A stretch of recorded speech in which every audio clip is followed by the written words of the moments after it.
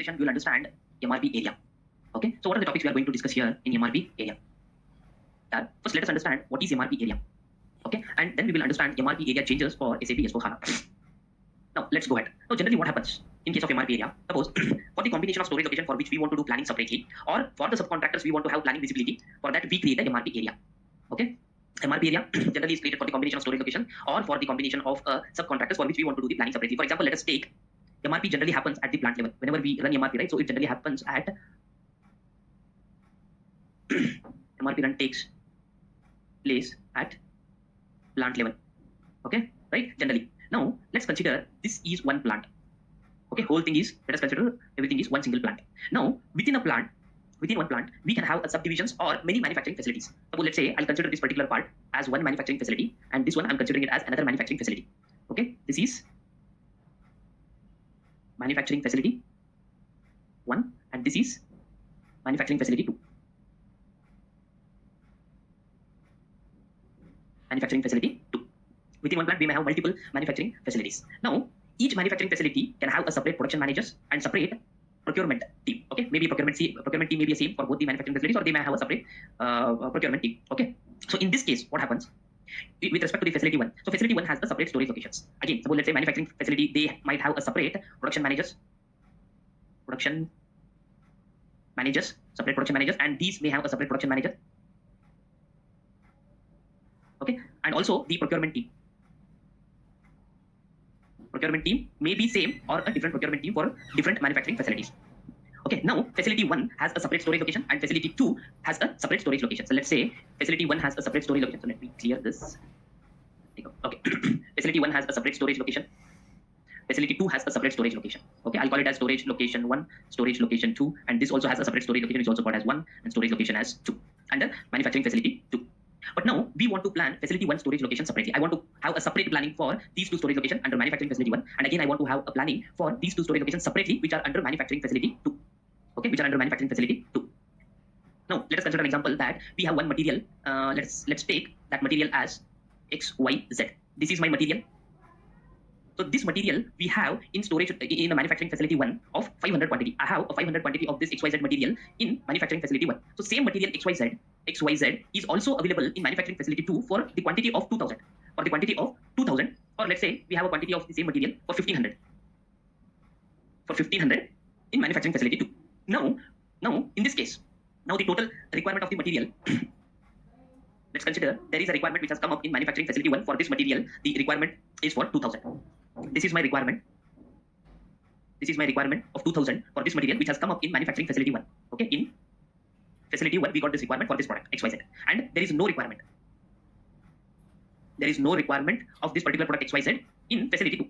So we are considering one scenario here. Okay, it's a very simple scenario. We have multiple storage location in facility 1 and multiple storage location in facility 2. We want separate planning for facility 1 storage locations as well as separate planning for facility 2 storage locations. And now we are considering that we have a material XYZ of 500 quantity in one of the storage location in facility 1, and same material is also available for 1500 quantity. Here, this is for 1500 quantity. 1500 quantity which is already available in facility 2 in one of the storage location. Okay, now the scenario has come up that in facility 1 we got a requirement of this material XYZ for 2000 quantity.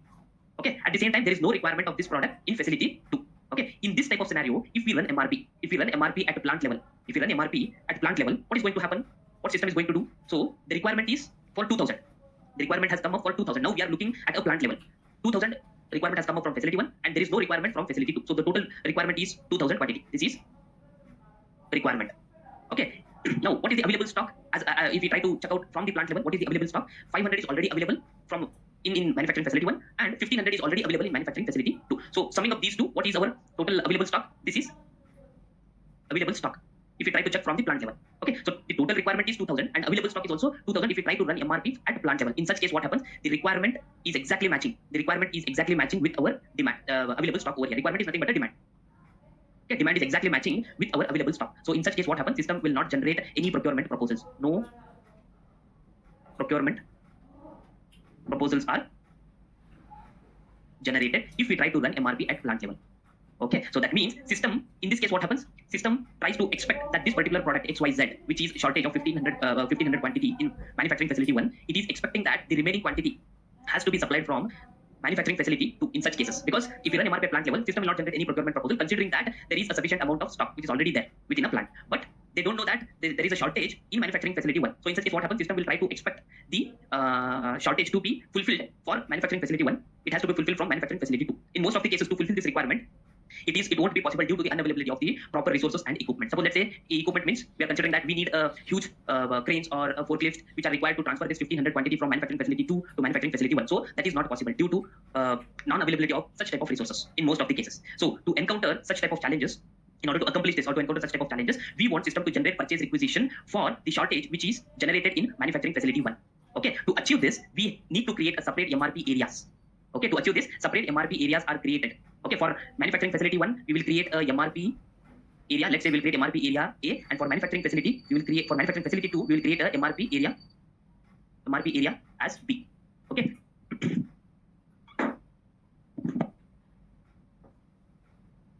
Right, we'll create two separate MRP areas for two different manufacturing facilities. Okay, so after doing that, what we'll do, we'll start planning. Planning will happen at MRP area level. Instead, earlier planning used to happen at plant level, right? Now planning will happen at MRP area level. Separately, MRP area level planning will take place rather than planning at plant level. Okay, this is how the MRP area planning will take place. If we try to execute this type of scenario, MRP area planning. In such case, what happens? System will run MRP at storage location level, and it will generate a procurement proposal for the shortage quantity which we encountered in manufacturing facility 1. Whereas in case of MRP area planning in manufacturing facility 2, as there is no requirement, system will not generate any procurement proposal at storage location level. Okay, this is what happens with respect to MRP area. Now, same thing is also true for subcontractors. So here, let's consider the subcontractor 1 and subcontractor 2. So same thing holds good for the subcontractors also. For subcontractors, okay, for subcontractors, we have to supply materials. For that, we have to plan it. Okay, for subcontractors, whatever contract we are going to give them, for that we have to supply the proper materials, right? In order to get the proper output from the subcontractor side, we have to supply them proper materials. So if we need to have a clear visibility at subcontractor level, that is, suppose let's say, what is the requirement? Okay, that means from the subcontractor side, what materials are required? What materials are required that need to be supplied from our end? Okay, and how much it is fulfilled. Suppose let's say he needs around 2000 ton, okay, of what material, and whether it is fulfilled at a correct quantity or no. Okay, how much it is fulfilled, and how much more we need to supply in case if we have not yet supplied to them completely. So what is the remaining amount? How much more we need to supply. Okay, we can also create a separate MRP area at the subcontractor level. So similarly, how we created a separate MRP areas at storage location level, in the similar manner, we can also create a separate MRP areas at subcontractor level. If we want to have a clear visibility, okay, at subcontractor level, to clear visibility in the sense like how much materials are required to be supplied to a subcontractor, how much it is fulfilled out of how much he required, and how much more we need to supply to the subcontractor to fulfill it as per the plan. So for all those things, we can also create MRP areas at subcontractor level. Okay, this is how MRP area works. This is the basic discussion about the MRP area. Okay, now let us understand what are the MRP area changes. So I'll note down the points. What are the MRP area changes that are required for SAP S/4HANA? Okay, so we'll discuss on the changes compared with ECC and SAP S/4HANA. So first, MRP area changes for S/4HANA. We'll keep noting them down. Okay, so in case of SAP S/4HANA, MRP area is always active. Always active. Okay, so the next point is planning file creation for MRP area not required.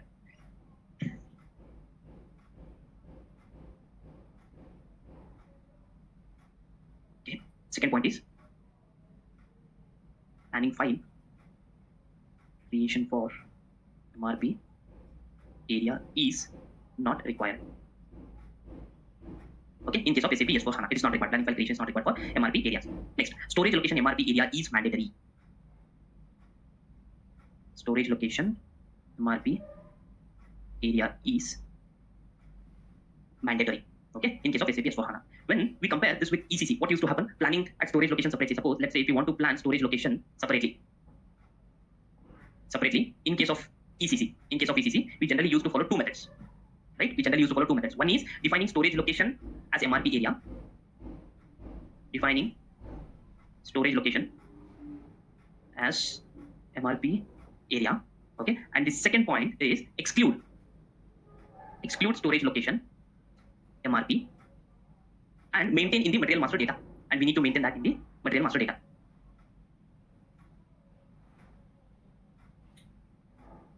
Material master data. So this is used to happen in case of SAP. Okay, the reason behind this for this particular point number 2. Okay, when we do normal MRP run, there is no planning file entry generated for a storage location. Whenever the run happens, what system used to do? System has to check if there is any storage location exclusion or no. Here, by doing this activity, what used to happen is system has to perform extra steps in the backend which we were not able to see. Okay, so some extra steps used to happen in the backend. So due to this, there is a performance issue that used to rise in this particular case. So that is the reason over here for the point 2. In case of planning storage location separately in ECC. And one more point over here is subcontracting MRP area. Subcontracting MRP area. So in case of ECC, what we used to do for subcontracting MRP area? First, MRP area used to be created, and then we used to assign vendors. We used to assign vendors and which materials we need to supply to vendors. Here, suppose let's say we want to supply material 1, we want to supply material 2. Okay, so which materials we need to supply to vendor? Okay, we need to maintain those in the material master MRP area data. So that data we used to maintain in case of ECC. But this particular thing, whatever we discussed now, it is not mandatory. Not mandatory in case of S4HANA. Okay, so the materials, whatever we maintain here, so materials which needs to be supplied to vendor, for them we need to maintain material master MRP data. But this particular thing is not mandatory in case of SAP S4HANA. If it is maintained, it will take from this particular this thing. If the data is not maintained at the vendor level, it will take the data from the plant level. Plant, that means header level. Header level, whatever the data is maintained at the plant level for that particular material master, so those parameters will be picked for the subcontracting MRP area data. Okay, so that is what is going to happen with respect to SAP S4HANA. So these are the changes with respect to MRP area when we compare with SAP ECC and SAP S4HANA. Even we can see the changes in the configuration as well. Suppose let's say if I go to the configuration. So here I'll open ECC as well as S4HANA and we'll see the configuration changes that are implemented with S4HANA. Okay, suppose this is S4HANA system. I'll also open ECC side by side.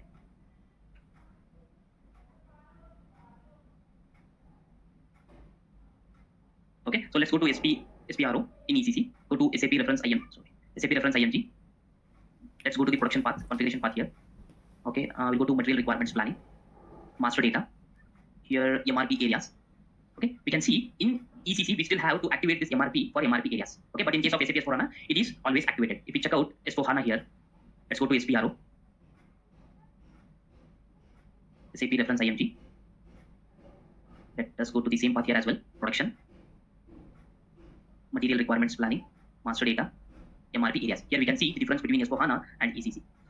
Okay, MRP areas. Here this is MRP area over here, and here this is the MRP area, and it's always active. We don't have option to activate MRP for MRP areas. And then define MRP areas for plant as separately as well as for the storage location. And even we can see define MRP areas for subcontractors. Okay, if we go inside this particular define MRP areas, MRP area types. If we check out with the F4 option, here we can see MRP area types are defined at 3 different levels. One is at plant level, another one is at storage location level, and the third one is at supplier. Nothing but for the subcontractor what we discussed. Okay, and even we can see in case of SAP S4HANA, if we check out the planning file entries. Okay, so what is the only option that is available here? Define planning file entries for goods movement. Whereas in case of ECC, we have to activate it earlier. So if we check out the planning file entry in case of ECC, activate MRP and set up planning file entry. Whereas this option is not available in SAP S4HANA. It is by default it's activated. Okay, so these are the changes with respect to SAP S4HANA and ECC for MRP area. Okay, yeah, that's it guys for today's session. Again, we'll meet up in our next session with a new topic. Till then, see you. Bye bye. Thank you.